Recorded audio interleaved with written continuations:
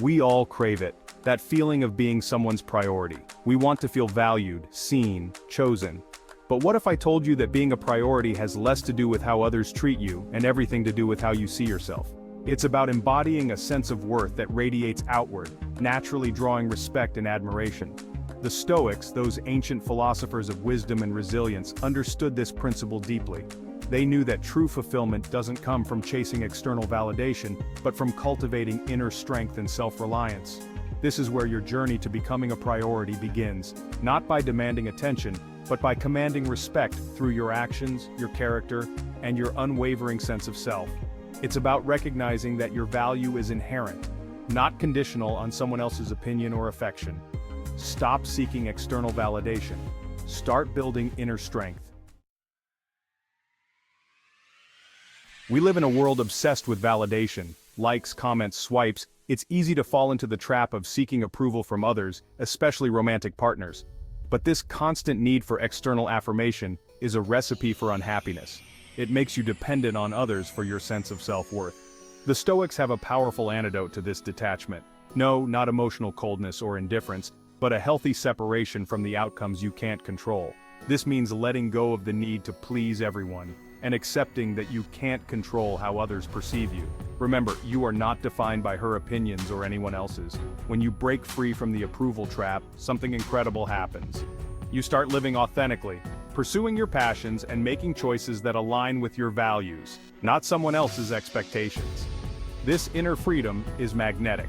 So, stop chasing validation. The Stoic concept of detachment is often misunderstood. It's not about becoming emotionally numb or indifferent to your partner's feelings. Instead, it's about cultivating a sense of inner peace and resilience that allows you to weather the inevitable storms of any relationship. Think of it like this. Imagine a tree standing tall amidst a raging storm. The tree doesn't fight the wind, it bends with it. This is emotional detachment in action, responding to challenges with calmness and composure rather than being swept away by emotional reactivity. When you're not constantly controlled by your emotions, you're able to show up in your relationships with greater empathy, understanding, and strength. You become a source of stability and support, someone your partner can rely on. Detachment allows you to love more fully and authentically. Boundaries are not about control, they're about self-respect. They are the lines you draw to protect your time, energy, and emotional well-being. And contrary to what some may believe, setting healthy boundaries isn't selfish, it's essential for any healthy relationship. Think of boundaries as the fence around your emotional garden. They protect what's precious to you and prevent others from trampling on your needs and values. Without them, resentment can fester, leading to frustration and unhappiness. Setting boundaries involves clearly communicating your limits, what you will and won't tolerate. It's about saying no without guilt when something doesn't align with your values or priorities. Remember, your boundaries teach others how to treat you. When you consistently uphold them with respect and firmness, you command respect in return. This self-respect is the foundation for a healthy and fulfilling relationship. Section 5, Actions speak louder. Demonstrate your worth, don't declare it. In the game of attraction, actions are the trump card. You can tell someone how much you care, how successful you are, or how much they mean to you, but it's your actions that truly speak volumes. The Stoics understood this well. They valued deeds over words, emphasizing the importance of living in accordance with your values rather than simply talking about them. Want to be seen as a priority? Act like one. Don't just say you'll be there for her, show up when she needs you. Don't just compliment her, do thoughtful things that make her feel special. Don't just tell her about your goals. Pursue them with passion and dedication.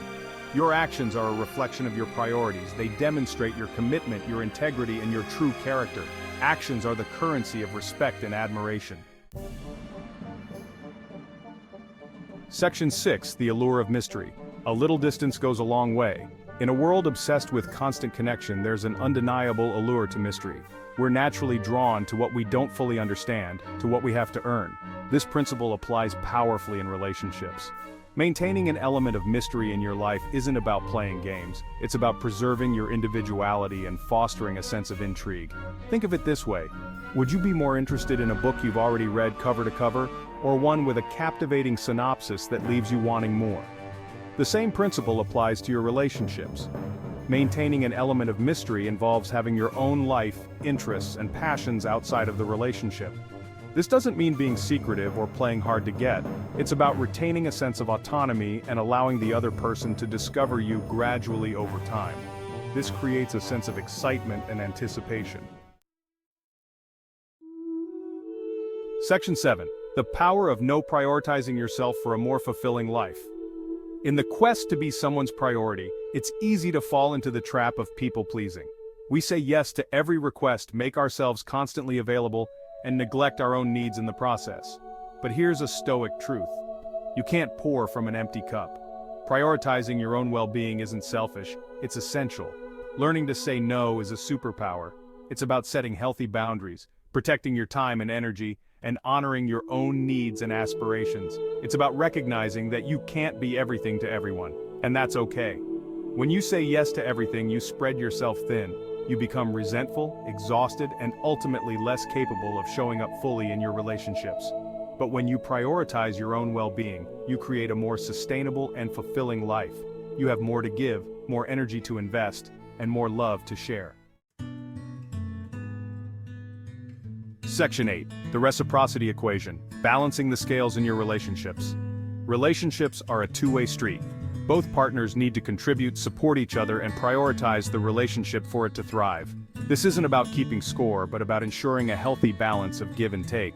The Stoics believed in living in accordance with nature, and in nature, there's a delicate balance to everything. The same applies to relationships. When one person consistently gives more than they receive, it creates an imbalance that can lead to resentment and dissatisfaction. Reciprocity isn't about grand gestures or keeping a mental tally of who did what. It's about the small, everyday acts of love, kindness, and consideration. It's about feeling appreciated, valued, and supported. Section 9. Reframing rejection from setback to stepping stone.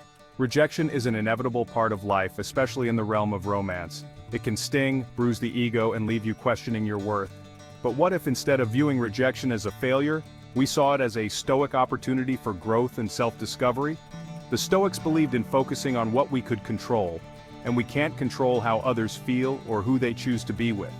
We can, however, control our reactions to rejection.